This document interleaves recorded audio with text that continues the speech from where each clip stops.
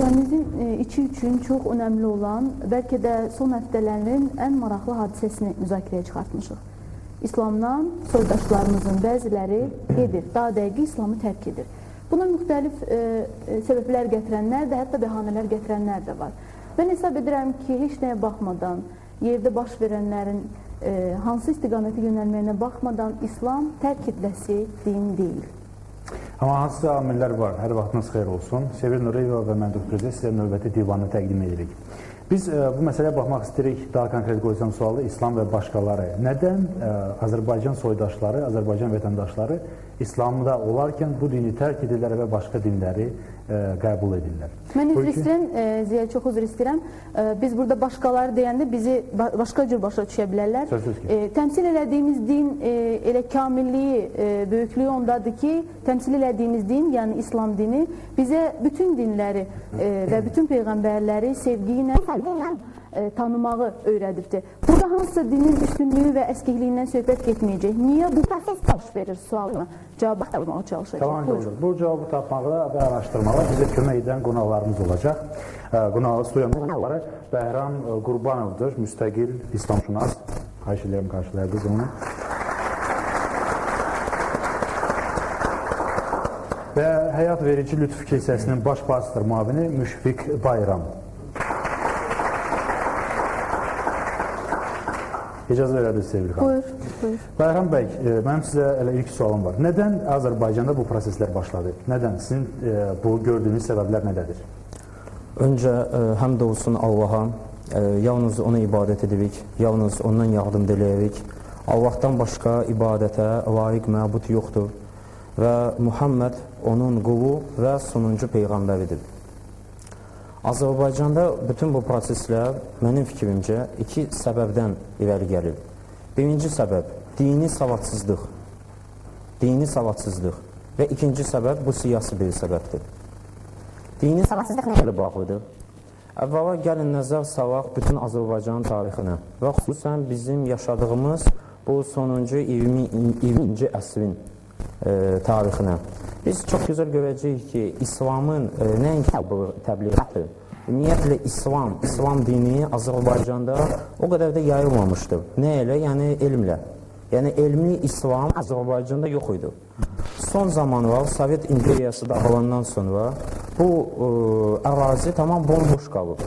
Və bəli, bura çoxu insanlar gəlir və hələ necə dini qəbul edirsə, necə dini başa düşürsə, elə də yaymaq çalışır. Və cəmaatın, Azərbaycanda yaşayanların, vətəndaşların ümumiyyətlə dindən uzaq olması. Çünki mən üzv istəyirəm müşfiqdən və onunla gələn cəmaatdan, amma gəlin reallığa baxaq. Məgər onlar bir neçə il bundan qabaq, yəni Sovet vaxtında yaşayanda din barəsində olsun İslam, olsun xristiyanlıq, olsun yahudilik və s. dinlərdən, yəni onların belə böyük bir bilikləri var idi. Xeyr, yəni bu son zamanlar, son illər artıq yəni hər şey bir açıqdır. Yəni belə bir problem yoxdur ki, hansı bir informasiya öyrənməkdə. Cəmaat yavaş-yavaş nəyəsə öyrənir, bilir. Amma gəlin bunun ikinci tərəfini götürək, bu siyasi tərəfini. Siyasi tərəfi ondan ibarətdir ki, Azərbaycanda biz həqiqətən Allah bizə böyük bir nimət verir. O da müstəqillik. Amma biz hələ tam müstəqil dövlət deyilik. Nə tam siyasi cəhətdən, nə də tam iqtisadi cəhətdən və bəzi xalqlara, daha doğrusu bəzi ölkələrə və bəzi qüvvələrə gələcəkdə müsəlman, iqtisadi cəhətdən rifahlı olan və siyasi cəhətdən müstəqil olan müsəlman, İslami bir Azərbaycan heç də lazım deyil. Ona görə bura məsələn Azərbaycana siz özünüz görərsiniz ki, 90-cı illərin əvvəlində çoxlu sayda missionerlər gəlirdi və gəlin bir fakta da nəzər salaq, hansı ölkədən? O ölkələrdən ki, haradakı əxlaqsızlıq ən yüksək formada idi. Yəni siz özünüz bir fikirləşin, mənim evim çirklidir, mənsə gəlib Ziya, sənin evi və sənin evi təmizləmək istəyirəm. Mən sənə deyərsən, mənə sual verə bilərsən ki, sənin evin çirkdir, Sən get öz evi təmizlə, sonra gəl mənim evimə. Bəyəm və aydındır bu məsələ, biz birazdan toxunaraq, siz birinci amilə toxundunuz, yəni azadlıq qazanandan sonra, müstəqillik qazanandan sonra Azərbaycan müəyyən bir arenaya çevrildi. Burada müxtəlif dinlərin, mən deyərdim, əməlli başlı mübarizə arenasına çevrildi. 70 illik ateizm təbliğatından sonra sizə belə gəlmir ki, İslamın adətən etnoqrafik müsəlman ölkəsi sayılan Azərbaycanda İslam məğlubiyyətə uğrayır. Sizə belə gəlmir? Mənə elə gəlmir. Və sizə daha doğrusunu deyim ki, siz yalnız Azərbaycanı götürməyin, bütün dünyanı götürün. Faktdır və reallıqdır. İslam dini bütün dinlərin arasında, bunu 20-ci əsr bir daha göstərdi, ən yayılan dindir. Ən yayılan din İslam dinidir. Qaldı isə Azərbaycana, mən yenə də üzr istəyirəm Müşfiq müəllimdən və onun ilə gələn cəmaatdan, bilirsiniz, mən çox əminəm ki, onların əksəriyyəti nə İslamiyyəti bilir, nə də Quranı bilir, əslində necə varsa. Və ondan sonra yəni bu dini, bu etiqadı qəbul edirlər. Bəs nəyə görə bu proseslər baş verir? Nəyə görə Azərbaycanlılar, mən yenə təkrarlayım, etnografik müsəlman ölkəsi olan Azərbaycanda soydaşlarımız digər dinləri qəbul edir? İş orasındadır ki, bax, siz söylüyorsunuz ki, etnografik. Bax, iş orasındadır ki, bizdə din elə etnografik qalır. Amma heç kəs sual vermir ki, yaxşı, bəs bu cəmaat, bu İslamı bilir ya bilmir. Deyirlər ki, müsəlman xristiyanlığı qəbul edir. Göstərin mənə elə bir müsəlmanı ki, hansı ki, xristiyanlığı qəbul edir. Və mən sözün mənasını deyim ki, müsəlman, yəni o müsəlman ki, hansı ki, bu dini bilir, bütün dinin ehkamlarını, bütün dinin sütunlarını çox gözəl bilən, yaşadan, öz həyatında yaşadan və sonra bunu bilə-bilə tərk edib. Bəlkə varsa, amma çox az və o ki, cəmaatın əksəriyyəti, bəziləri, üzr istəyirəm, bəziləri ki, hansı ki, indi, məsələn, Krishnalığı qəbul ediblər, bəziləri ki, məsələn, xristiyanlığı və s. Onların əksər cəmaatı heç də İslamdan xəbəri yoxdur. Yalnız İslamdan xəbəri olan, Azərbaycanda mövcud olan bəzi adət-ənənələr, hansına din donu geyindi bilir, və hələ heç bəlli deyil ki, yəni bu adət-ənə şəriətdənmi gəlir, yəni ya milli adət-ənədir. Onu siz tamamilə doğru qeyd etdiniz. Mən demək istəyirəm ki, İslamın bəlkə təbliğat mexanizmi, təbliğat maşını işlənir Azərbaycanda. Çünki digər dinlərin təbliğat maşını çox gözəl işləyir və biz bunun şahidiyik. Qaldıyız, bax, bu siz təbliğata toxundunuz. İndi gəlin bilirsiniz və deyirsiniz ki, təbliğat yoxdur. Və yaxşı, təbliğatı kim eləməlidir? Dövlət, bizdə dövlətdən ayrıdır. Yəni, dövlət bununla məşğul ola bilməz. Qaldı isə Azərbaycanın indiki belə mövcud vəziyyəti, bizim 20% torpaqlarımız işğal olunur. Azərbaycan iqtisadi cəhətdən çalışır ki, öz rifahını qaldırsın. Siyasi cəhətdən bizə təzyiqlər göstərirlər. Yəni, o qədər Azərbaycanın problemləri var ki, əfsuslar olsun ki, bəli, yəni bu da problemdir, amma bu problemi heç kəs həll eləyə bilmir. Nəyə görə həll eləyə bilmirlər ki? Ona görə ki, bununla hansısa bir qurum məşğul olmalıdır.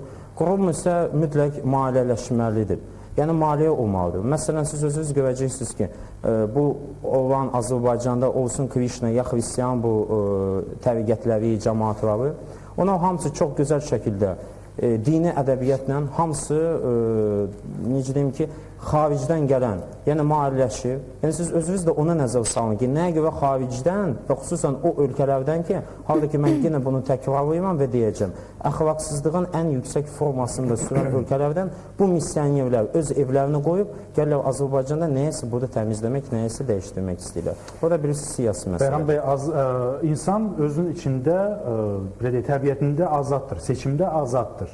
İnsanlar seçiblər bunu, yəni bu təbliğat maşını çox gözəl işləyir. Bəlkə İslam da elə eyni təbliğat maşını işlətsin. Çünki İslamın təbliğat maşını, əfsuslar ki, lazım olan dərəcədə hiss olunmur.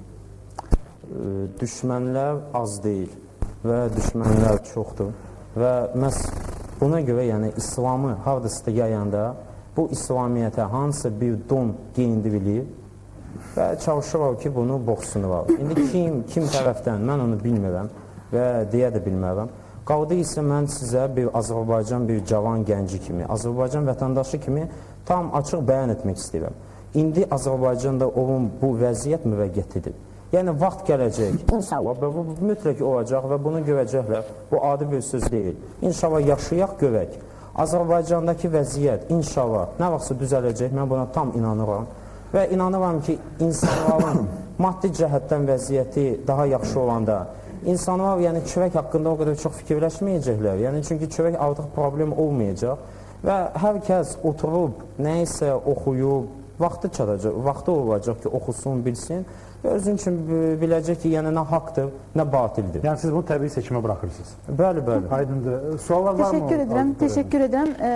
Mən suallara keçməmişdən əvvəl bir məqama toxunmaq istəyirəm. Sən bayaq təbliğat məsələsindən danışdın. Mən elə gəlir, o dinlər özünü təbliğ edir ki, onun təbliğata ehtiyacı var. İslamın təbliğata ehtiyacı yoxdur. Buradan vermək istəyən var, argumentini birazdan deyərəm. Var sizin suallar? Hələlik yoxdur. Mənim sizə sualım var. Müşfiq bəy. Üzr istəyirəm. Gəlin belə baxaq. Xristianlıq tarixincə İslam dinindən daha qədim dindir. Belə deyilmi Bəhram bəy? Daha qədim dindir. Amma xristianlığı hətta uşaqlar üçün də belə səviyyədə də təbliğ edirlər. Həmin o İncili, Bibliya deyirlər. Yəni onu uşaqlar üçün rəngarəng şəkilli kitablarda buraxırlar və uşaqlar artıq 5-6 yaşda artıq onu bilirlər. Bəli. Bizdə isə İslamı çox nadir uşaqlar bilir. Mən o nadir uşaqlardan birini bura studiyaya dəvət etmişəm. Birazdan mən ona söz verəcəm. Sən əmin olacaqsan ki, Ziya, bu uşaqlar üçün İslamı həqiqətən qəlbdən, beyindən, ailəsindən gələn dərk etmək üçün ona şəkilli kitablar lazım deyil. Müşfiq bəy, mən sizə bayaq deməli Bəhram bəyin söylədiyi bir fikirdən çıxış edərək sual vermək istəyirəm. Bəhram bəy belə bir fikir söylədi ki, o deməli kəslər digər dini seçir ki, onun İslamdan xəbəri yoxdur. Sizin İslamdan xəbəriniz varmı?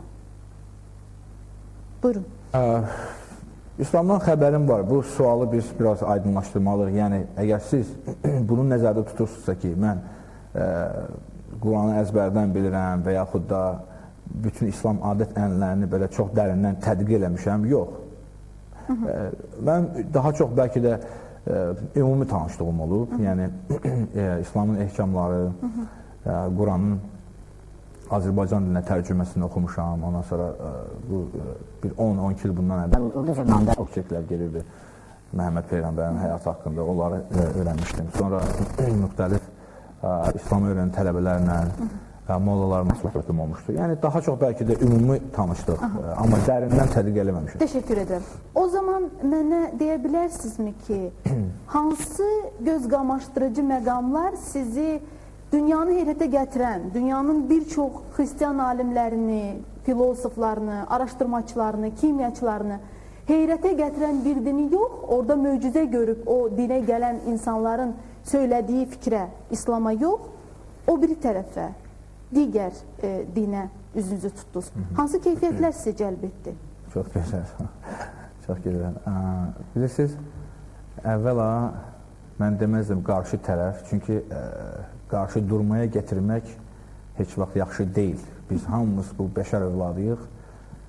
Milyonlarla xristiyan var. Əgər bugün, məsələn, bu məclisdə hər hansı bir müsəlman ayağa qalxıb desə ki, xristiyanlar kafirdir, xristiyanlar pisdir, onlar ölməlidir. Onlar elə şey heç vaxt deyə bilməz, ən az ona görə ki, onlara Allah tərəfindən göndərilən dində, kitabda üzr istəyirəm. Mən bu məqamda siz danışır, bax, fikir verin. Bəhram bəy danışdı, mən kəsmədim. O, Ziya bəyin problemidir. Mən sizə bu məqamda imkan versin, mən fikrimi bitirərdim. Siz mütləq fikrinizi bildirəcəksiniz. Siz mənə qulaq asın. 68-ci, 5-ci deməli, surə 68-ci ayə. Orada Allah Teala həmin siz dediniz, bu müsəlmanlar durub bizə kafir deyə bilməz. Onlar heç vaxt bunu sizə deyə bilməz. Çünki orada İncilin də, Tövratın da bütün bəndələrinə eyni gözlə baxın. Süleymanın hikmətli məsələlərində bir dənə söz var. Deyir ki, ağıllı adam, mən demək istəmirəm sizə ağılsız. Demə, ağıllı adam sözə qulaq asır axıra qədər, ondan sonra nəticəsini verir. Bəli, buyurun. Mən nəticə vermirəm. Mən sadəcə sizin toxunduğunuz məqama həmən cavab verirəm. Buyurun. Siz özünüzü müdafiə eləmək nə lazımdır burada? Özünüzü müdafiə eləmək burada. Mən özümü müdafiə etmirəm. Mənim özümü müdafiə ehtiyac yoxdur. Buyurun, İcazə versəydiniz, mən deyərəm. Əlavə replikalara ehtiyac yoxdur. Buyurun, bilirəm, amma sözünüzü siz də söyləyin. xahiş edirəm müdaxilə eləməyin. Çünki müdaxilə etmək mənim həm də işimdir. Mənim işimə xahiş edirəm müdaxilə etməyin. Siz buyurun, mənim suallarıma cavab verin. Hər halda bu formatda olmaz. Çünki siz mənə də icazə verməlisiniz, mən fikrimi deyim. Heç olmasa üç dənə cümləni bitirin, ondan sonra. Buyurun, səbəblərdən ibarətdir. Zəhmət olmasa səbəblərə cavab. Mən dediniz ki, qarşı tərəfə keçmək. Əvvəla qarşı durmaya gətirmək lazım deyil və dünyada milyonlarla əqidə var və milyardlarla insan yaşayır. Hətta İslamın daxilində də fərdiyyətçilik var. Yəni hər insanın, yəni İslamın ümumi çərçivələri daxilində ayrı-ayrı düşüncə, yəni fərdi düşüncələr var. Yəni burada hamı robot deyil ki, hamı Yəni heç kim burada fikir ayrılığı yoxdur. Ona görə də qarşı tərəf demək düzgün deyil, bu bir. İkincisi, göz qamaşdırıcı. Bilirsiniz, Azərbaycan dilində çoxlu gözəl misallar var. Bu dünya gəldi gedər deyir. Bir pəncərəyə də hamı baxıb gedir. Bu dünyada bizi göz qamaşdıran nə olmalıdır ki, yəni biz bunu qoyub o göz qamaşdıranı götürürük. Onsuz da bir gün necədir bu dünyadan gedəcək. Əgər söhbət ondan gelirsə ki, biz hər hansı bir dini seçirik, mənim bu həyatda öz mövqeyimi yaxşılaşdırmaq, ya öz həyatımı yaxşılaşdırmaq məqsədi ilə. Yox, əgər söhbət ondan, yəni Allahın həqiqətlərindən gedirsə ki, yəni Allahın göyləri var, cəhənnəm var, cəza var, Allah bizi yaradıb, bizi yaratmaqda məqsəd olur. Bu suallar bizi dərindən düşündürürsə, onda biz bu suallar haqqında düşünüb sonra qərarımızı çıxardıq. Amma ona görə yox ki, üzr istəyirəm, mən orada bir alabəzək bir şey gördüm, mən keçdim indi onun tərəfinə. Sabah bu tərəfindən bir alabəzək şey çıxır, indi keçirəm onun tərəfinə. Bəli. Mən mütləq müdaxilə edəcəm, sizin xoşunuza gəlməsə də. Buyurun. Deməli, iki məqam dediniz. Deyirsiniz orada bilirsiniz, din elə özü göz qamaşdıracaq qədər müqəddəs və gözəldir. Ona görə mən göz qamaşdıran məsələ deyəndə maddiyyəti nəzərdə tutmadım. Elə bax burada İslam dininin özündə daşıyan insanın yanaşması mənsəvili olaraq ortaya çıxır. Mən sizə başqa məqam dedim. Siz mənim sualıma cavab vermədiniz ki, mən deyirəm, sizi özünə nə cəlb etdi? Siz mənə izah edin, bəlkə mən başa düşmürəm sizin seçiminizi. Siz mən anladın bunu. Mən sizə bu sualı verdim. Yəni göz qamaşdırıcı amil deyəndə yerdən çox uzaq. Siz çox gözəl jurnalistsiniz. Sizin jurnalist kimi işinizə heç bir iradım yoxdur. Sadəcə demək istəyirəm ki... Başa salsaydınız mənim üçün çox rahat olardı. Sadəcə demək istəyirəm ki, heç olmasa gəlin belə deyim, müdaxilə eləyin, amma heç olmasa bir 3 dənə cümlə deyim, yəni bir blok məndə fikir getsin. O blokdan sonra amma mən bir cümlə deyirəm, o cümlənin arasında siz bir söz salırsınız. Buyurun, mən sizə söz verirəm ki, mən sizin 3 cümlənizi müdaxilə etməyəcəm. Buyurun, amma mənə izah edin. İzah etmək istəyirəm. Bilirsiniz, hər bir insan, bax Bəhram bəy də ona toxundu, siz Ziya da dediniz, siz də verilişin əvvəlində dediniz, biz İslam ölkəsi ya İslam dövləti. Bilirsiniz, İslam dövləti yoxdur. Etnografik müsəlman. Bəli, etnografik müsəlman. Amma bəziləri, efirdə də mən bunu eşitmişəm, İslam dövləti deyirlər. Amma İslam dövləti yoxdur ki. Bəli, buyurun, bilirsiniz, hər bir insan robot deyil. Yəni, o vaxtlar keçdi ki, Sovet dövründə kimsə deyirdi, durun ayağa, hamımız durmalıyıq, oturun, hamımız oturmalıyıq. Hər bir insan fərdiyyətdir, hər bir insanın düşüncəsi var və hər birimiz bu həyat haqqında, həyata gəlirik, Allahın bizə bu həyatda açdığı həqiqətlərə baxırıq, o həqiqətlərdən və sonra Allahın müqəddəs yazılarını oxuyuruq. Oradan özümüz üçün nəticələr çıxardırıq.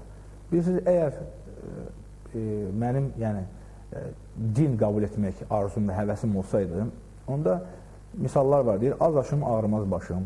Mənə nə lazımdır xristiyan olmaq ki, mənim başım ağrısın sonra, bu bir. Sonra deyirlər, palaza bürün, ellə sürün, cəmaat hara gedir, mən də ora gedirəm. Amma əslində qalsa mənim düşüncələrim, mənim həyatımda gedən proseslər, ölkədə baş verən proseslər və həyatımda gedən proseslər, sonra bu dərin düşüncələr və ondan sonra əlbəttə, yəni din səviyyəsində deyil bu. Allah mənə toxunub, Allah mənim ruhuma toxunub. Yəni kimsə gəlib mənim başıma Allah'da, hani gəl xristiyan ol. Belə deyil bu. Yəni ki, mənə bir toplu informasiya verdi və bizi 70 ildə alladırdılar, elə deyil, Sovet vaxtında. Deyirdilər ki, yalnız belədir, o tərəfdə kim varsa hamısı yalandır, hamısı pisdir. Amma bu paxırın üstü açıldı əvvəl axır. Yəni, xristiyanlığa, Azərbaycanda gəlmiş bu xristiyanlığa bir paxır kimi kimsə baxmaq istəyirsə, ona görə narahat olmaq lazım deyil. Bu paxırın üstü açılacaq bir gün ki, bu biabırçılıq imiş ki. Amma əgər biz həqiqətən də Allah bizə toxunubsa, onda yəni, bunu dəyişdirmək çox çətindir. Kimsə gəlib bizə allatsın və yaxud da dəyişdirsin bunu. Buyurun. Olar mı? Teşekkür ederim. Axı siz dediniz ki, siz İslamı elə belə, yəni o qədər də dərindən bilmirsiniz. Yəni sadəcə bunu görüntü şəklində qayda qanunlarını, prosesini bunları bilirsiniz. Siz yenə mənim sualıma cavab vermədiniz, fərqini mənə anlatmadınız. İslamı bilmədən, İslamı dərindən dərk etmədən, seçimi o şəkildə edirlər ki, insan hər ikisini dərk edir və şuur və psixologiya olaraq hansınasa əlini uzadır. Bax, onu mənə siz anlatmadınız. Müdaxilə edəndə deyirsiniz ki, müdaxilə etdiniz. Buyurun. Suram gəlin. Fərqlər, yəni müxtəlif hansı aspektdən yanaşırsınız? Əgər siz teoloji, yəni ilahiyyat nöqtə nəzərindən baxırsınızsa, yəni təlimlər nöqtə nəzərindən baxırsınızsa, yəni hər bir din deyək, hər bir cərəyan onların öyrətdiyi təlimlər var. Yəni bu nöqteyi nəzərdən baxsaq, məni əvvəla narahat edən məsələ həmişə xilas məsələsidir. Yəni insan necə xilas olur? İndi mən hər halda Bəhram bəy burada eləşib, İslam barəsində mən fikir yürütmək istəmirəm, çünki İslam ilahiyyətçisi deyiləm. Yəni xilas məsələsi. İnsan necə xilas olur? İnsanın günahları, günah deyilən bir anlayış varmı? Əgər varsa, günahlar necə bağışlanır? Məsələn, deyirlər ki, elə dinlər, elə fəlsəfələr var, deyirlər ki, günah deyilən bir şey yoxdur. Bu, insan güya bunu uydurur. Sonra deyirlər, günah var, amma bunun bağışlanması belədir ki, yəni insan bütün ömrünü Allaha həsr etməlidir və sonra biz bilmirik. Yəni Allah bilər onu, biz bilmirik onu. İnsan xilas olacaq ya olmayacaq. Yaxud başqa cür deyil, insanın günahları bağışlanacaq, bağışlanmayacaq. Amma mən, bayaq da deyildi xristiyanlığa, mən heç vaxt xristiyanlığa gəlməmişəm, mən İsa Məsihə gəlmişəm. Çünki dırnaq içərisində xristiyanlıq adı altında çoxlu əməllər törədilir və Allah bunu görür. İsa Məsih dedi ki, bir vaxt gələcək, çoxları deyəcək Rəbb, Rəbb, amma mən sizə deyəcəm ki, mən sizi tanımırdım. Mən Rəbb İsa Məsihə gəlmişəm və mən ona gəlmişəm, o da mənə gəlib, o da mənə toxunub. Təşəkkür edirəm. Buyurun. Təşəkkür edirəm. Mənim sizə verəcəyim suallar çoxdur. Proqram boyu mən sizə bu sualları verəcəm. Ziya, o tərəfdən sual vermək istəyən var. Bir məsələyə münasibət bildirmək istəyirəm. Müşfiq bəy, problem ondan ibarətdir ki, qətiyyən takı xristiyanlıq təbliğatının Azərbaycanda aparılmasına, belə deyək, ona qarşı inzibati tədbirin görülməsinə heç bir müsəlman razılıq verməz. Çünki bunun konkret səbəbləri var. Əsas səbəb ondan ibarətdir ki, Quranda çox açıq şəkildə Əl-Kəfirin surəsində deyir ki, Allah təbarək və təala öz Peyğəmbərinə xitabən buyurur ki, onlara deyir ki, mən sizin ibadət etdiyinizə ibadət etmirəm və siz də mən ibadət ibadət etmirsiniz. O sizin dininizdir, bu isə mənim dinimdir. Və sonra da Ayətül Kürsüdə çox açıq şəkildə buyurur ki, lə ikraha fid-din, dində məcburiyyət yoxdur. İslam bu məsələlərə həddən artıq loyaldır. Amma problem tamam başqa şeydəndir. Problem ondan ibarətdir ki, Azərbaycanda aparılan xristiyan təbliğatının əsası İslamın tənqidi üzərində qurulur. Yəni, bütün problem ondan ibarətdir ki, məsələn, tutaq ki, kitab yayılır, İskarenini Slomunu Vetvi Avraamın və yaxud kitab yayılır Allah və İslami yolunu azmışların duası adlanan kitab yayılır. İstsilə nə olsun? İskarenini başqa söz axı. İstsilə, yəni bizi xəstə kimi qəbul edirsiniz, sonra bizi sağaldmaq istəyirsiniz. Problem ondan ibarətdir. Mən sizi xəstə kimi qəbul etsəydim, burada sizinlə bir məclisdə oturmalıydım. Nə danışır? O kim onu elə deyirsə, o adamların özünün necə deyək, problem edir. Mən istileni sözünün mənasını bilirəm, bu sağalmaq deməkdir. Yəni, sağalmaq yox, şəfa tapması. Vallahi o sizin tərcümənizdir. Mən öyrəndiyim rus dilində istileni deyəndə sağalmaq nəzərdə tutulurdu. Fərqi yoxdur. Yəni, bu problem vacib deyil. Məni maraqlandıran başqa cəhətdir. Niyə görə Azərbaycanda öz dinini təbliğ edən xristiyanlar öz təbliğatlarını məhz İslamın tənqidi üzərində qururlar. Halbuki İslam özü sizə münasibətində bildirir ki, biz sizin işlərinizə qarışmırıq, özünüz yayın. Biz isə öz dəvətimizi özümüz aparacaq. Və ən nəhayət söhbət ondan ibarətdir ki, problemin məğzu ondan ibarətdir ki, mən bayaqlarda Ziya bəy o ilə siz də sual verdiniz.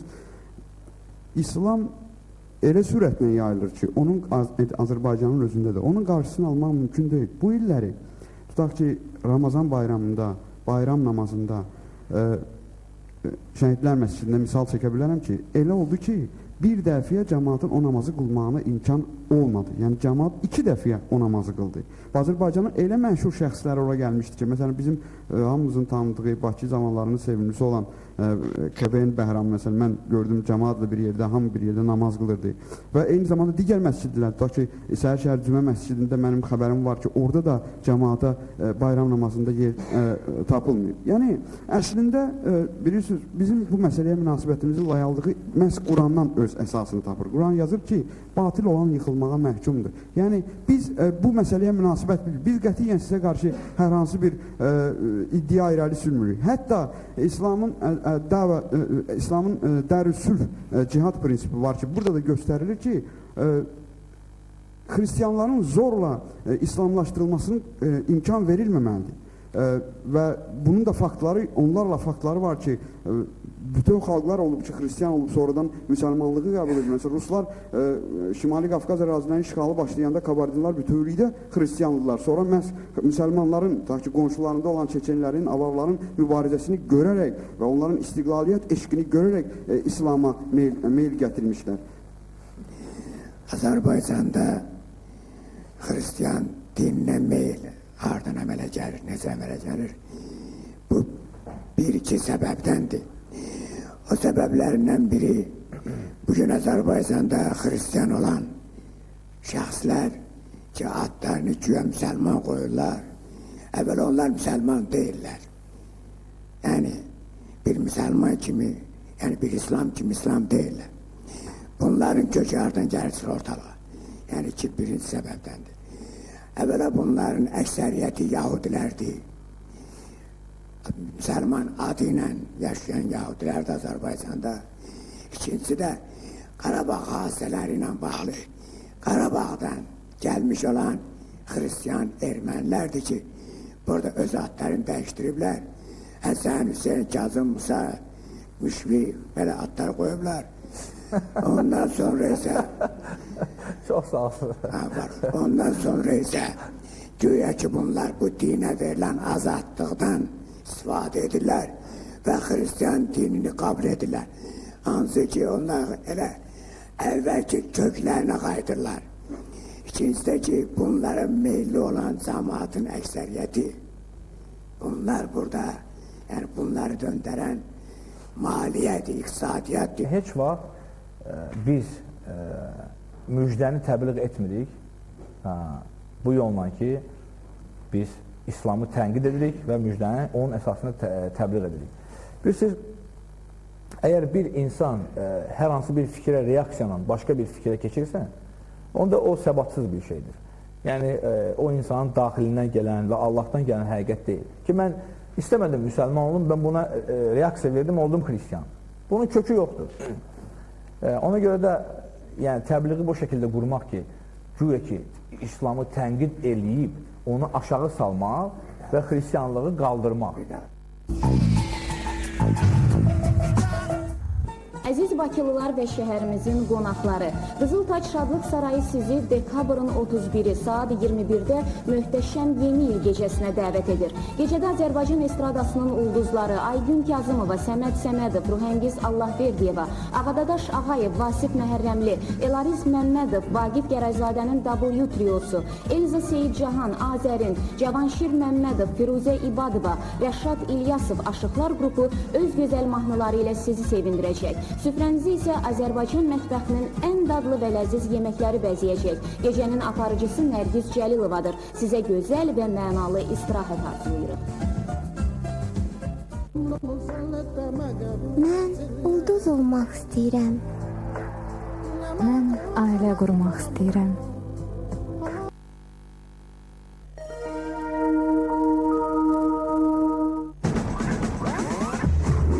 Don't move, take out your gun.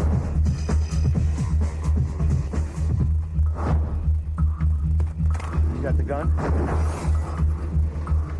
No.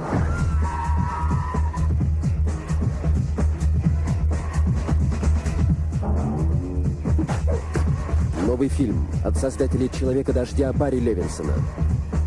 Брюс Уиллис, Кейт Блэншетт, Билли Боб Торнтон, «Бандиты».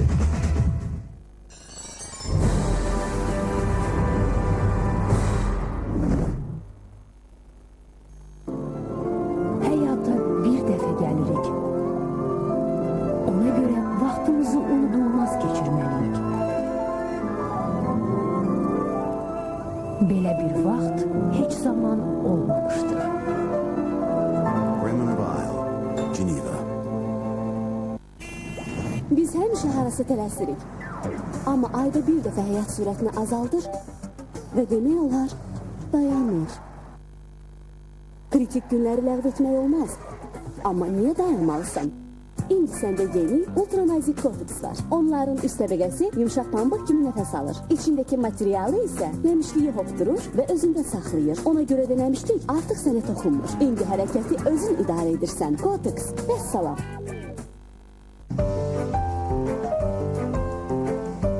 Zaman ötdükcə bu oyunlar reallığa çevrilə bilər. Uşaqlarınızın gələcəyi barəsində bugün düşünün. Azərbaycan Beynəlxalq Bankının Uşaq Yığım Əmanəti.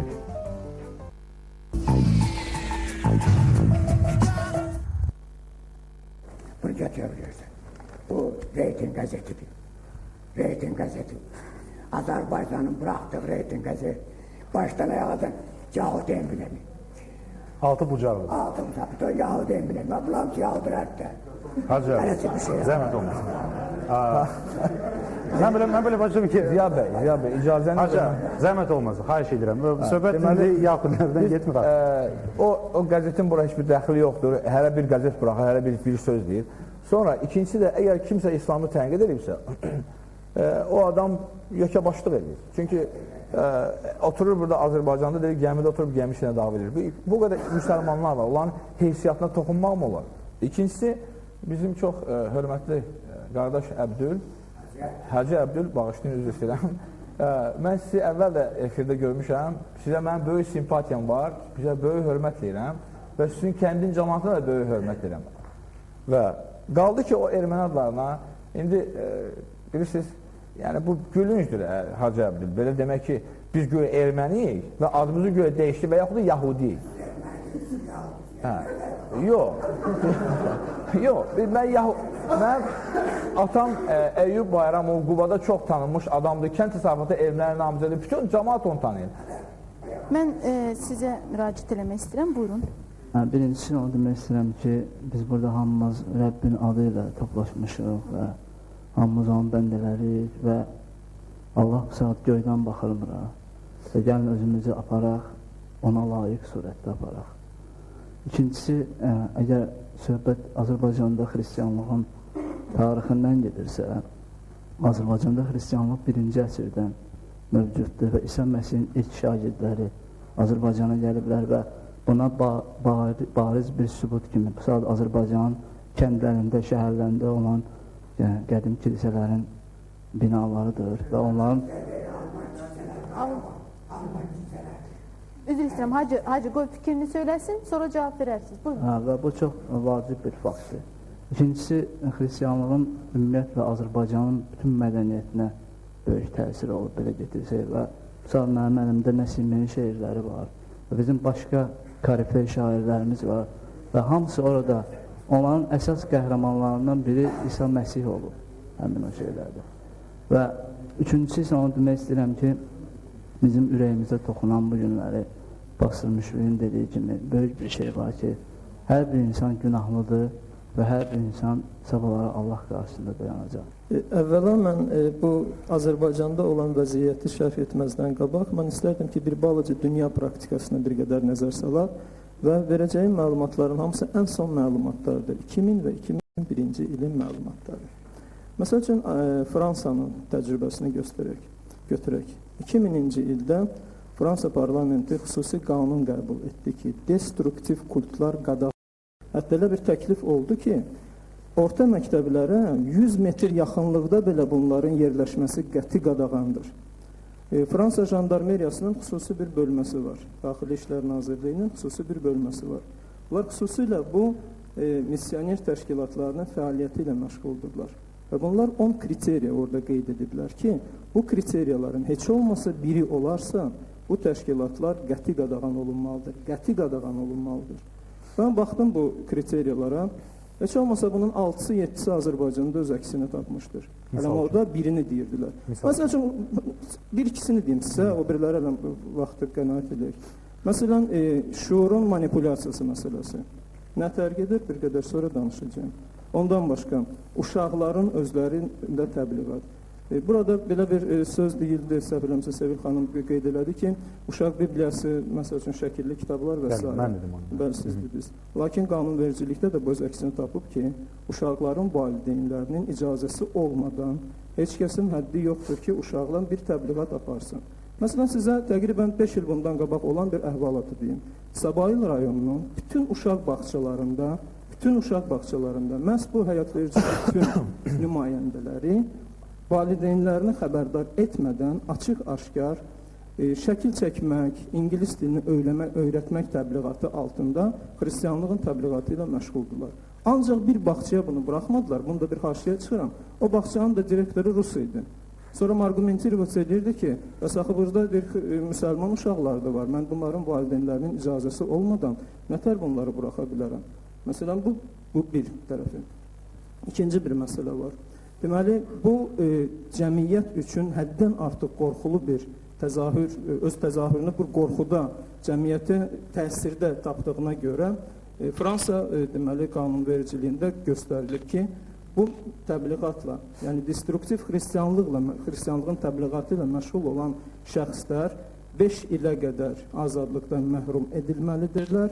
Eyni zamanda $10.000 məbləğində üstəlik də cərimə də olunmalıdırlar. Bu və digər xristian missioner təşkilatlarının fəaliyyəti nəticəsində Azərbaycanın ərazisində çox böyük bir eksperiment gedir. Bu eksperimentin nəticəsi cəmiyyət üçün həddən artıq qorxuludur. Fikir səsləndi ki, təbliğat olunur, təbliğat yolu ilə insanlar cəlb olunur. Mən istəyirəm, canlı şahidlər özü desin ki, bu həqiqətən təbliğat yolu ilandır, yoxsa onların əqidə seçim məsələsidir. Buyurun. Mən özümü birinci növbədə təqdim etmək istəyirəm. Mənim adım Xələfova Nailə Tofiq qızı, xalis Azərbaycanlı və mənim ailəmdə başqa millət olmayıb. Bu bir, qarışıq, heç bir qarışıq yoxdur. Mən xristianlığa gəlməmişəm.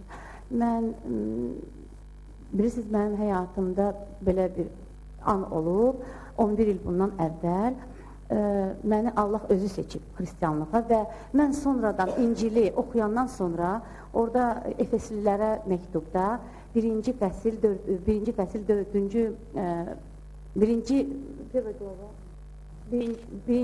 4-cü bənddə çox sağ olun.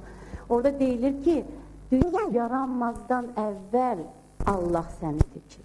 Şükürlər olsun Rəbb İsa'ya və mən Bəhram müəllimə üzümü tutub və onun 2 sualına cavab vermək istəyirəm. Mən diqqətlə qulaq asırdım. Sizin problemləriniz var, suallarınız var. Mən minnətdarım ki, siz açıq surətdə bunları bizə izah etdiniz və birinci, burada yazmışam özümüz, çox suallarınız vardı, ancaq 2cəsinə cavab verməyə çalışacağam. Çox sağ olun. Birinci, çörək problemi nədədir? Çörək problemi Allahın kəlamındadır. Çünki Mətyanın İncilində 4-cü fəsil, 4-cü bənddə deyilir ki, insan yalnız çörəklə yox, Allah kəlamıyla yaşayacaqdır. Şükür olsun Allaha. İkinci sualınızda dediniz, düşmən kimdir? Bizim 3 düşmənimiz var, hamımızın. Bu qardaşlarımdır, bu qardaşlarımdır, bu bacılarımdır, bu bacılarımdır. Dünya, iblis və cisim. Çox sağ olun, minnətdarım. Teşekkür ederim. Ben size bir sual vermek istedim. Mən sizə bir sual vermək istəyirəm. Sual ondan ibarətdir. Siz bundan əvvəl İslamla maraqlandınızmı? İslamı oxudunuz? Bəli. Quranı oxudunuzmu? Bəli, bilirsiniz, Quranı oxumağı deyə bilmərəm ki, bütün başdan əvvələcə mən oxumamışam Quranı. Mənim doğma bacım 4 il İslamda olub və o sonra gəlib mənə çox şeylər danışıb. Bizim qonşum yox, bacım.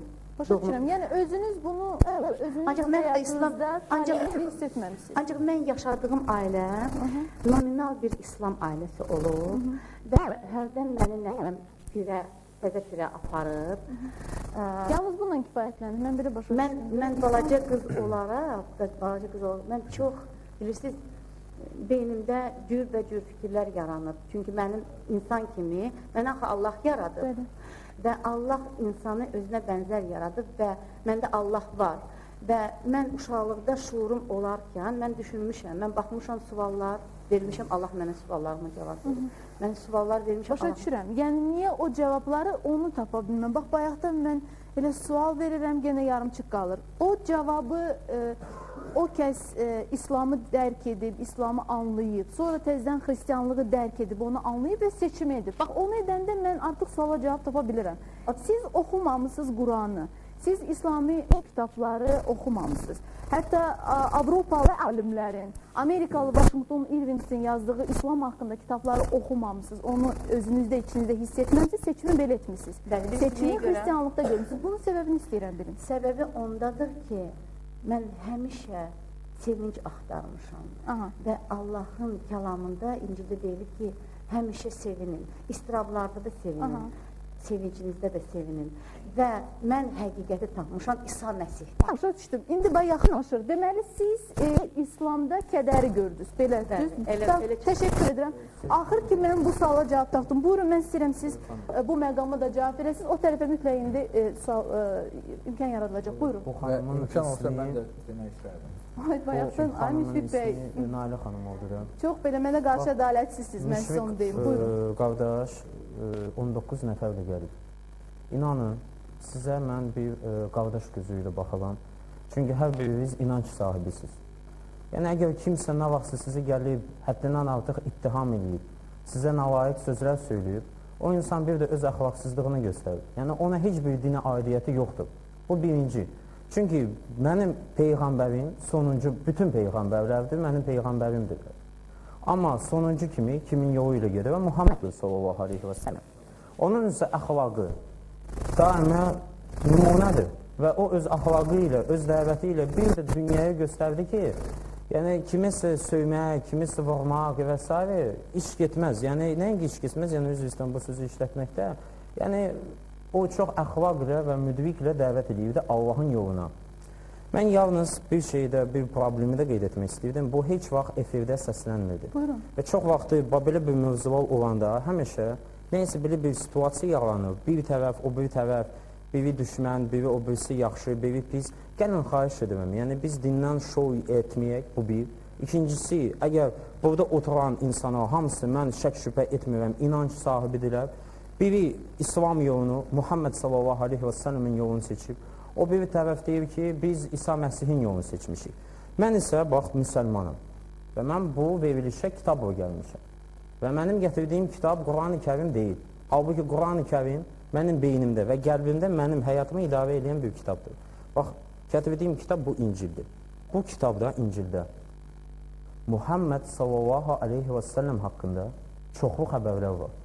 Və mən bir inanc sahibi insan kimi sizə yalnız bu informasiyanı Allahın izni ilə çatdırmaq istəyərdim. Qaldıysa, siz bunu seçəcəksiniz, ya seçməyəcəksiniz. Çünki bir şeyi artıq hər bir insan bilsin. Bax, bu qardaş söylədi ki, hələ 1-ci əsrdə bura İsa'nın şagirdləri gəlmişdi. Amma mən sizi inandırım və mən sizə və sizin hörmətli bastırınıza sübut eləyəcəm, dəlillərlə, faktlarla İsa Məsihin təbliğatı sizin indi hal-hazırda yaşadığınızla tamam başqa bir şeydir. Bu bir. İkincisi, İsa'nın şagirdləri bir şey təbliğ ediblər. Əfsuslar olsun ki, sonradan və siz tamam başqa bir şey təbliğ edirsiniz. Yəni, siz bu həqiqəti bilməlisiniz. Heç kəs burada İsa Məsihi inkar etmir. Əksinə, dünyada 1 milyarda yaxın müsəlman var. Və bu 1 milyard müsəlman İsa Məsihin ikinci gəlişini gözləyir. Yəni, biz İsa Məsihiyə inanırıq, onun ikinci gəlişini gözləyirik və İncildən, Əhd-i Cədiddən və Əhd-i Ətiqdən Muhammed sallallahu aleyhi və səlləm haqqında çoxlu xəbərlər eşitirik və oxuyuruq. Və mən dəvət edərdim sizə, bu xəbərləri də siz də oxuyasınız. Mən çox uzağa getmək istəmirdim, amma bir məqama toxanmaq istəyərdim. Bax, İncildə Yəhyanın 16-cı fəslində İsa Məsih söylüyür, İndi isə məni göndərənin yanına gedirəm və sizdən heç kim mənə haraya gedirsin deyə soruşmur. Amma sizə bu şeyləri söylədiyim üçün ürəyiniz kədər ilə doğrudur. Bununla bərabər mən sizə həqiqəti söyləyirəm, mənim getməyim sizin üçün xeyirlidir. Mənim getməyim sizin üçün xeyirlidir, çünki mən getməsəm təsəlli verici sizin yanınıza gəlməz. Amma gedərəmsə onu sizə göndərərəm. O gəldiyi zaman dünyanın günah, salihlik və hökm barəsində səhvlərini ifşa edəcək. Günah barəsində çünki mənə iman etmirlər. Kim? Yahudilər. Salihlik barəsində çünki atamın yanına gedirəm və artıq məni görməyəcəksiniz. Və hökm barəsində çünki bu dünyanın rəisi, yəni şeytan, məhkum olunmuşdur. Sizə söyləyəcəyək daha çox sözlərim var, amma indi bunlar sizdə sığmaz. O, yəni həqiqət ruhu gəldikdə sizə hər həqiqəti yol göstərəcək. Ona görə ki, öz adından söyləməyəcəkdir. Amma hər nə eşidirsə söyləyəcək və gələcəyi sizə bildirəcəkdir. Burada İsa Məsih müqəddəs ruhdan deyəndə hansı müqəddəs ruhdan deyir? Bəlkə o müqəddəsdən ki, hansı ki, müqəddəs Peyğəmbər sinonimdə gəlir. İsa Məsih nələr söylüyor? O söylüyor ki, sizə söylədiyim hələ çox şeylər var. Amma indi bunlar sizdə sığmaz. Yəni bu artıq onu bəyan edir ki, İsa Məsih çox şeyləri heç deyib getmədi. Deyə bilərdi, amma demədi. Və səbəbi də var idi. Və o başa və öz ümmətinə başa saldı ki, o, yəni məndən sonra gələn həqiqət ruhu sizi hər həqiqətə yol göstərəcək. Ona görə ki, fikir verin, öz adından söyləməyəcək, amma hər nə eşidirsə söyləyəcək. Bu təsvir müqəddəs ruhun təsviri deyil, bu insanın təsviridir. Çünki əgər mən sizin hörmətli pastorunuza sual versəm, bu əlimdə saxladığım İncil kitabı... O sualı indi verirsiniz mənə? Bəli, mən bunu verirəm və fikrimi tamamlayandan sonra buyurun sizin cavabınızı eşitməyə çox şad olarım. VMF şirkəti sizi yeni il bayramı münasibəti ilə təbrik edir və öz saat salonlarına dəvət edir.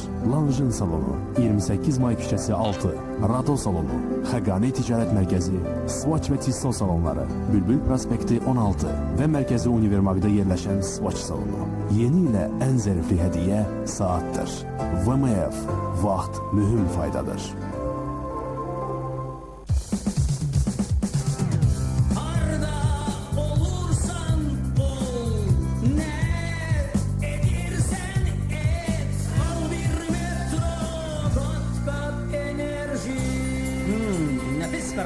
Canlandıran nuga, ateş kimi şakalar.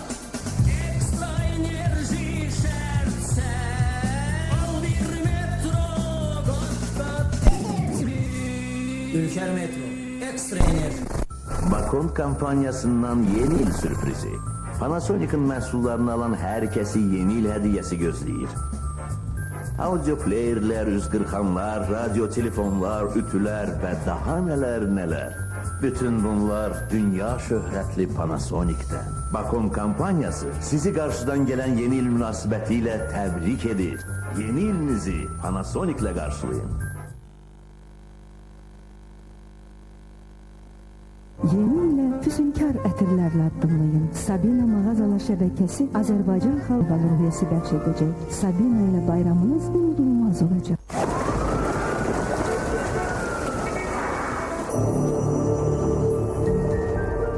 Samsung'un eline Siam televizoru. DVD üçün ideal variant. Ön ekranı dəyişdiriləbilən 69 ölçülü bu televizor sizə evinizdə möhtəşəm təsvir təklif edir. Samsung, bax, dinlə və yaşa. Diqqət, bir dəqiqəlik qulaq asın, gör nə deyirəm. Ev, pul, müxtəlif qiymətli əşyalar udmaq istəyirsə, onda çıx evin timinə 2000 manat ver, bir dənə bəxt latrosu al yenə. Hər cümə günü 19:20-də ANS kanalında şəxsən mən Çingiz Əhmədovla bəxtimi sına. Şair gör nə deyir, bir gözüm vardır xalımda, bəxt yazılıb alnımda, Çinə lato aparır, ANS kanalında. Və salam, küt tamam.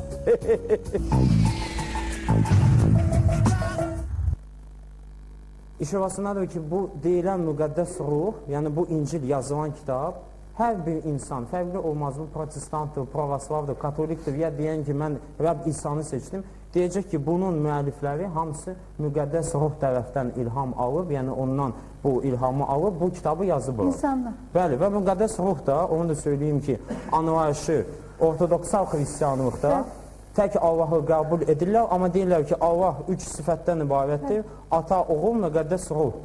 Və bu müqəddəs ruh, ilah, yəni bu ilahdır və bilirsiniz necədir, mən yenə də başqa kitab götürmürəm, mən Quran-ı Kərimi də götürmürəm. Mən elə İncilin özündən, İsa Məsihin sözündən, o özü söylüyor ki, o gəldiyi zaman öz adından söyləməyəcək. Aydın, eşitdiklərini danışıq. Müşfiq müəllim, buyurun.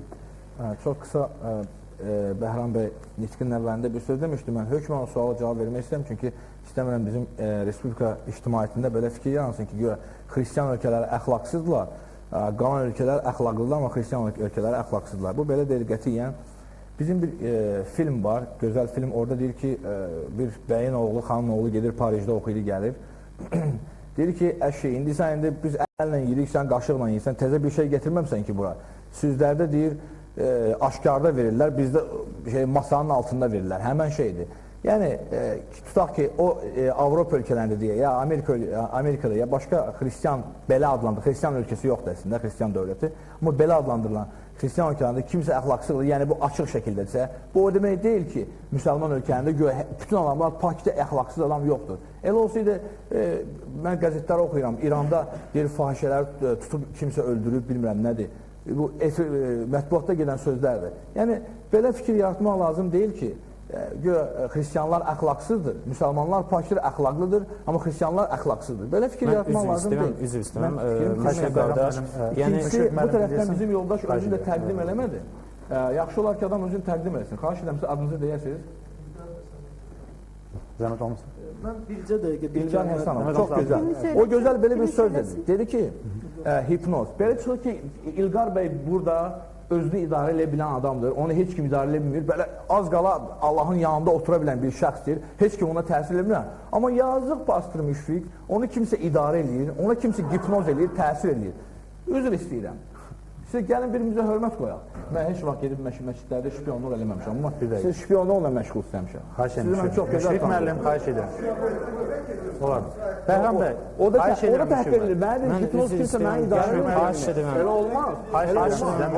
Heç kim məni idarə edir. Mən heç kim idarə edə bilməm. Müşfiq müəllim. Sən idarə edə bilməsən. Lazım onu söz deyəsiniz. Bəhram bəy, xahiş edirəm sizdən. Əvvəldə söylədim ki, gəlin bu verilişdən şou yaratın. Bəli, buyurun. O da yığışan inanç sahibi və sizin verdiyiniz suala mən cavab vermək istərdim. Müşfiq qardaşım, siz gidib ruhlardan danışırsınız. Hər bir insanın ruhu var, hər bir insanın bədəni, qəlbi və ruhu var. Və siz dediniz ki, ruh, yəni müqəddəs ruh ən ilahi ruhdur. Yəni Allahın özüdür. Hər bir insanın da ruhu var. Və hər bir təlimin arxasında ruhdur. Yəni təlim öz-özünə yaranmır. Hər bir təlimin arxasında ruhdur. Əgər biz Daniel Peyğəmbərin kitabını oxusaq, Əhd Ətiqdən görərik ki, Daniel Peyğəmbər Allaha dua edir. Allah ona deyir ki, sənin duanın cavabı gec gəldi. Çünki o Parfiyanın üzərində duran deyir, ruh, o mane olurdu o cavabın gəlməyinə. Bilirsiniz, ruhlar var. Və hər bir təlimin dalında da ruhlar durur. Onda sizə sual verim. Burada deyim ki, əgər İsa Məsihin artıq 2000 il keçib bədəndə gəlmiş olduğunu, İsa Məsih iki sözdən ibarətdir. Siz niyə qulaq asmısınız? Sual verir, cavab verin də. Bilirəm, amma mən cavab vermək istəyirəm. Cavab verirsiniz. İndi bu məqam sual çıxır. Sualı eşidən təzdən cavab verin. Buyurun, Müşfiq bəy, buyurun. Mən daha müdaxilə etməyəcəm. İsa Məsih bu söz. Əsəbləriniz hiss olunur. Mən əsəblərim çox qaydasında. Yox, amma biraz yəni əsəbləşməyin, sakit olun, rahat-rahat cavab verin. Buyurun, qoy fikrini söyləsin, çox xahiş edirəm. Yox, mən imkan vermirəm ki, mən antidemokratam. Buyurun. Bəli, buyurun. Deməli, İsa Məsih. Məsih nə deməkdir? Məsih sözü var. Yəni, bu Məsih Allahın özünə aid olan bir sözdür. Və İsa Məsih, bu adın özü iki hissədən ibarətdir. İsa, yəni, Nazarətdə Bakirə Məryəmdən doğulmuş bir şəxs, Məsih isə əbədiyyətdən olub, heç vaxt yaranmayıb, heç vaxt doğulmayıb. Və İsa Məsihin bədəndə gəlmiş olduğunu iqrar edən ruhlar. O vaxt müxtəlif təlimlər üzrə çıxırdı, apostolların olduğu dövrdə. Kimlərsə deyirdi ki, İsa Məsih, yəni o Allah olub, amma bizə belə görünüb ki, insan olub. Kimlərsə deyirdi ki, o sadəcə insan olub, sadəcə Peyğəmbər olub, Allah olmayıb. Ona görə apostol Yəhya bu problemi həll etmək üçün heç kimdə qaranlıq qalmasın deyə dedi ki, ruhları sınayın. Yəni, hər bir təlim ki deyilir, deməyin ki, yəni, bu bir təlimdir, bu başqa bir təlimdir. Nə olar? İndi bəlkə buna inanaq, bəlkə buna və müzakirə elə. Yox, hər bir təlimin dalında ruh durur. Hər bir deyilən sözün və təlimin dalında hər hansı bir ruh durur. Ruhlar alemi ki, bizim gözümüzə görmədiyimiz. Və elə ruhların marağı var ki, onların marağı var ki, həqiqət deyilməsin, yalan deyilsin. İblis də onda maraqlıdır ki, Allah haqqındakı həqiqətlər təhrif olunsun. Və Allah bir despot kimi göstərilsin. Allah sevən Allah kimi göstərilməsin. Ədalətsiz bir Allah kimi göstərilsin. Təşəkkür edirəm. Və hər bir ruhu sınamalıyıq. Hər bir ruhu sınamalıyıq. Və hər bir deyilən sözün dalında ruh durur. Bədəndə gələn ruhu. Yəni İsa Məsih bədəndə gəlib. Yox, bir dəqiqə. Burada o bilirsiniz nə? Bədəndə gələn ruh demirəm. Bax, bu cavabı daimi neçə illər mən həmişə eşidirəm və konkret cavab eşitməmişim indiyənə qədər. Bəlkə siz bu cavabı mənə deyəsiniz. İsa Məsih bir neçə insandan danışmır. Bədəndə gələn ruhlardan. Bir nəfərdən danışır. Və sual verirəm. 2000 il keçib.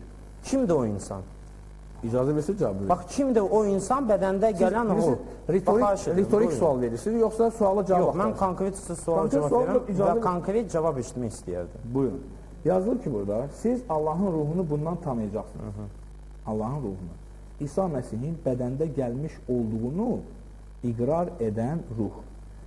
Burada bədəndə gəlmiş ruha aid deyil. Deyir ki, o ruh ki, İsa Məsihin bədəndə gəldiyini iqrar edir, yəni təsdiq edir. Və yaxud da o ruh ki, İsa Məsihin bədəndə gəldiyini təsdiq etmir. O növbəti bəndə baxın, 3-cü bəndə.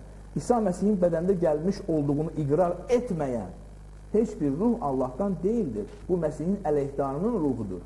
Eşitdiniz ki, o ruh gələcək və indi artıq dünyadadır. Yəni o ruh ki, deyir ki, yəni o təlim ki, o təlimin dalında da bu ruh durur ki, yəni İsa Məsihi inkar edir, o Məsihin əleyhdarıdır. Yəni bu müqəddəs yazılarda aydın şəkildə fikir verin və xahiş edirəm. Bu bütün tamaşaçılarda bir daha Müşfiq qardaşının təsdiq etdiyi hansı ki 14 əsr İslam aləmi bunu deyir və danışır. İsa Məsih bir nəfərdən deyirdi, bir ruhdan, hansı ki bədəndə gələcək. Və elə bir insan Muhammed kimi sallallahu aleyhi və səlləm nə ondan qabaq və nə ondan sonra hansı ki İsa Məsihin vəziyyətin elə səviyyəsi qaldırdı ki, hansı ki heç xristiyan aləmi də onu səviyyə qaldırmamışdır. Və qaldırsa siz deyirsiniz ki, siz Allahın ruhunu bundan tanıyacaqsınız. İsa Məsihin bədəndə gəlmiş olduğunu iqrar edən hər ruh Allahdandır. Muhammed Peyğəmbərin adı Quran-ı Kərimdə 5 dəfə çəkilir. İsa Peyğəmbərin 25 dəfə. Ayrıca Quran-ı Kərimdə Məryəm adında surə var. Ayrıca İsa Məsihin haqqında bütün surə var ki, bütün onun həyatından, necə doğulub, necə o Peyğəmbər olub. Bütün müsəlmanlar, hamısı, dünya müsəlmanları İsa Məsihi Peyğəmbər kimi qəbul edir, Məsih kimi qəbul edir, Rasul kimi qəbul edir və onun ikinci gəlişini gözləyir. Burada İsa Məsih, yenə də qayıdıram, Yəhyənin 16-cı fəslindən. O dedi ki, məndən sonra gələcək. Bax, belə bir insan. Və hər dəfə sual verirdim ki, kim idi o insan? Bəli, bu kim idi bu insan məqamında mən sizə bir tarixi faktı demək istəyirəm. 325-ci ildə Roma İmperatoru 1-ci Konstantinin devrində sərəncam imzalandı və bu sərəncama görə sabor yığıldı. 300 insan, dini xadim yığıldı və təqdim olunan 50-dən artıq müjdəni içərisindən 4-ünü seçdi. İndi siz orada kim idi deyirsiniz? Bunların içində Barnaban adlı birisi vardı ki, hansı ki bu birisi Peyğəmbər haqqında kifayət qədər dəqiq məlumat vermişdi. İndi siz mənə cavab verin Müşfiq bəy. Bilirsiniz, mən istəmirdim bu araşdırma xarakteri daşısın bu tok-şou. Amma siz belə istədiniz, o tərəfə yönəltdiniz, eybi yox. Demək, oyunun qaydalarına rəayət edəcək. Kim mənə ispat eləyə bilər ki, o 300 nəfər insan, dini xadim onda nə olar ki, onlar insandır.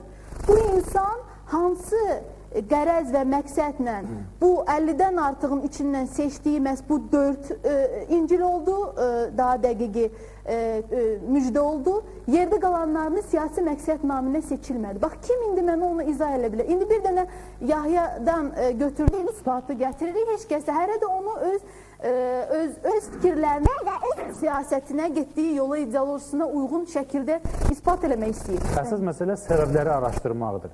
Yəni, qardaşlar mənə kömək eləyər, əgər səhv edirəmsə, səhih hədisi var.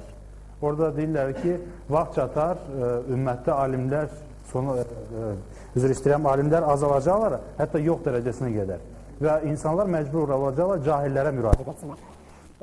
Və nəyə görə belə hadisələr baş verdi? Bəlkə bizdə həmin o dövr gəldi, yaxınlaşdı.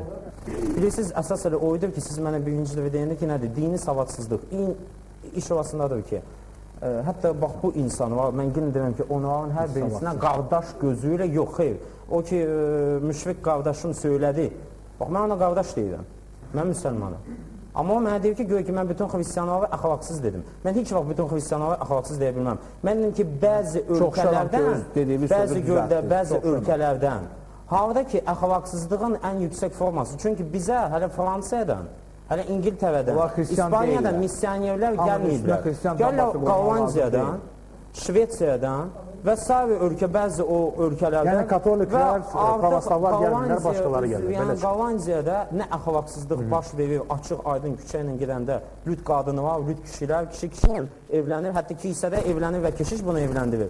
Və onlar öz evlərini qoyub Azərbaycana gəlir, bu mənə biraz açıq deyim ki, bu mənə biraz şübhəli gəlir. Qalda isə yenə də və yenə söylüyorum bunu, dini savadsızlıq. Yəni, ümumiyyətlə, insanların bir məsələyə toxunanda hər tərəfli toxunmurlar. Bir şey öyrənirlər, başqa şey öyrənmək istəmirlər. Aydın, Müşfiq xanım, siz doğrudan insanların dini savadsızlıqdan istifadə etmişsiniz. Mən istifadə etmişəm. Yəni, belə bir məsələ bu adamları mən məsihə gətirmişəm və onların dini savadsızlıqdan... Cavab verin. Burada oturan adamlar, həkim var burada, ali savadlı adamlar var burada. Belə demək lazım deyil. Hollandiya kimi ölkələr, o birisilər artıq xristiyan yox, post-xristiyan dövründə yaşayırlar. Yəni, onlar xristiyan əxlaqı deyil, onlar humanist, liberal və tamamilə liberal demokrat idilər. Tamamilə yəni ki, azadlıq ki, kim nə istəyir onu da eləsin. Bunu xristiyanlığın ayağına yazmaq lazım deyil. Muhammed Peyğəmbər mən düzür istəyirəm. Sonra mən istərdim bizim o tərəfdən də danışmaq istəyənlər var. Və inşa dəvətə başlayanda mən sizin danışıqlarından qulaq asıram. Mən də danışıqlarından başlayıram. Əgər imkan versəydiniz, bizim o tərəfdən adamlar doğma Azərbaycanıma gəlib, Azərbaycan millətinə, Azərbaycan nə geçsin ki, doğmadır. Mənim üçün də doğmadır. Əfsuslar olsun ki, Cavanşirim də mənim xristiyan olub. Üzr istəyirəm, xeyr. Bizim knyazlarımız olub, tarixi danmaq lazım deyil. Nə də knyazlarımız xristiyan. Siz dediniz ki, bir dənə sual verin. Buyurun, sual verin. Yahya 3.16 açmayın, nə yazılır orada? Dediniz ki, İncili gözəl bilirəm. Yahya 3.16. Əvvəl dedim ki, mən İncili oxuyuram. Yox, deyirsiniz ki, mən İncili gözəl bilirəm. Cavab verin. Yahya 3.16-da nə yazılır? Hər kəs özünü göstərir. Özünü göstərmən yox, siz dediniz ki, İncili gözəl bilirəm dediniz də, mən sizə sual verirəm. Mən sizə sual verdim, siz mənim sualıma cavab verəndə mən sizin sualına cavab verərəm. Mən hesab edirəm ki, siz daha dəqiq, konkret informasiyalara daha dəqiq cavab versəydiniz, bu qədər də vaxt getməzdi. O ki qaldı hər şeyin İslamın, xristiyanlığın ayağına yazılmama məsələsi. Mən sizdən tamamilə razıyam. Hər hansı bir əxlaqsızlığın ötürücüləri din deyil təbii ki. Körlanan və körlanmayan cəmiyyət. Amma mən biraz məsələni daha deməli öz məcrasına yönəltmək istəyirəm. Bu oğlan Fərmandır. Fərman, sənin neçə yaşın var? 10 yaşın var. Fərmanın anası deməli xristiyandır. Fərman özü deməli artıq neçə müddətdir namaz qılır. Sadəcə o bayaq bağça məsələsi, təbliğat məsələsi var idi və o şəkilli kitab məsələsi vardı. Mən sadəcə istəyirəm bilmək ki, Fərman üçün İslam, bax sənə kimsə təbliğ elədi ki, sən namaz qılasan, səni kimsə öyrətdi ki, get namaz qıl, yoxsa sən özün, yəni yaşın o qədər balacadır ki, mən istəyirəm biləm sən, əlbəttə sən Rus məktəbini qurtarmışsan, Rus dilində danışmayın balam, buyur. Меня никто не заставлял приходить к намазу. Все началось с того, что мой папа и мой брат поехали на хадж. Потом, когда они вернулись, они начали делать намаз. Я долгое время наблюдал за ними и смотрел, как они произносят молитвы. И я начал постепенно запоминать эти молитвы. И наконец-то, когда я их всех запомнил, я научился намазу и начал делать намаз с моим папой и братом. Sən başa düşürsən də namazı, niyə qılırsan namazı, İslama niyə gəlmişsən, sən başa düşürsən bunu? Bəli, başa düşürəm. Və niyə seçdin İslamı? Məsələn, sənin axı maman, bir dəqiqə, sənin anan xristiyandır da, sən xristiyanlığı da seçə bilərdin.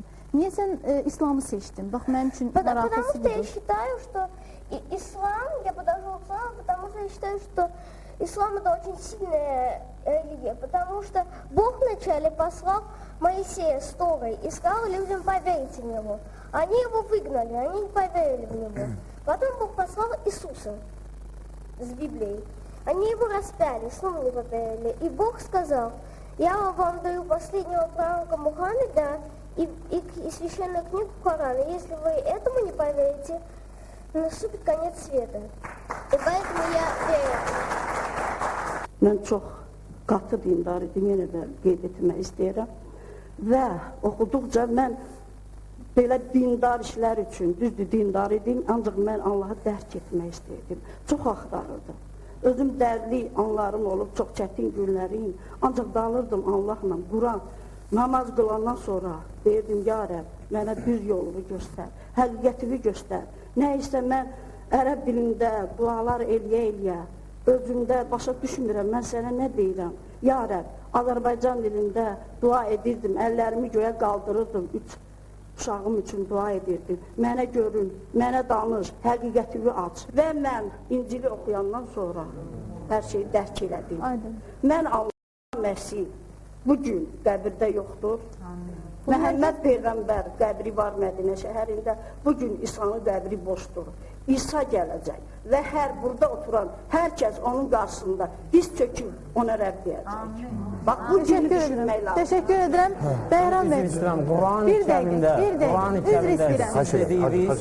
Qur'an-ı Kərimdə siz dediyiniz ayə yoxdur. İsa Məsih gələcək və mən üzr istəyirəm, əfsuslar olsun ki, burada Qur'an-ı Kərim yoxdur, amma mən sizin inandığım Qur'an-ı Kərimdə nə belə bir ayə var, nə elə bir hədis var ki, İsa Məsih gəlib divildəcək. Əfsuslar... Ya xanım, mən yenə sizə dedim ki, yəni Qur'anda bu yoxdur, açın oxuyun. Hacı, xahiş edirəm. Hacı, çox xahiş, bir dəqiqə, əyləşin. Qoy mən tutum bir dəqiqə. Sakit. Bir də sən deyirsən, mən qatı müsəlman olmuşam. Bir də Fatihə surəsini deyirəm. Hacı, bir də. Deyirəm Fatihə surəsini. Hacı. Sevil xanım, mən buna razı deyiləm. Verilişi siz aparırsınız, yoxsa... Biz bu tərəfə Hacı, sonra bunu misal... Hacı, bir saniye. Qarının üstünə hücum eləməyin. Hacı, bu... Niyə müsəlmanlar adına danışırsan? Hacı. Bunun işə heç bir dəxli yoxdur, Hacı. Bir də Fatihə surəsini. Hacı, bunun heç bir dəxli yoxdur. Hacı, sakit olun. İndi biz burada bir əl və yaxaya çıxmadıq. Hacı, bu işə heç bir dəxli yoxdur. Yəni, çox sağ olun ki, bizi bir araya gətirdiniz və biz birimizi burada başa düşməyə çalışırıq. Bu gözəl verilişdir. Doğrudan da demokratiya şəraitində hər bir insana, hər bir tərəfə, hər bir düşüncə tərzinə yer verilməlidir ki, onlar özlərini ifadə etsinlər burada və bu verilişi təşkil etdiyində doğrudan da sizə minnətdaram. Amma qaldı ki, o maşın məsələsinə, xristianlığın təbliğ inandırmışsın ki, bu heç bir maşın deyil, heç bir şey deyil. İncildə yazılıb ki, Məttanın İncilində İsa Məsih dedi, gedin bütün xalqlara deyin müjdəni. Biz də müjdəni deyirik.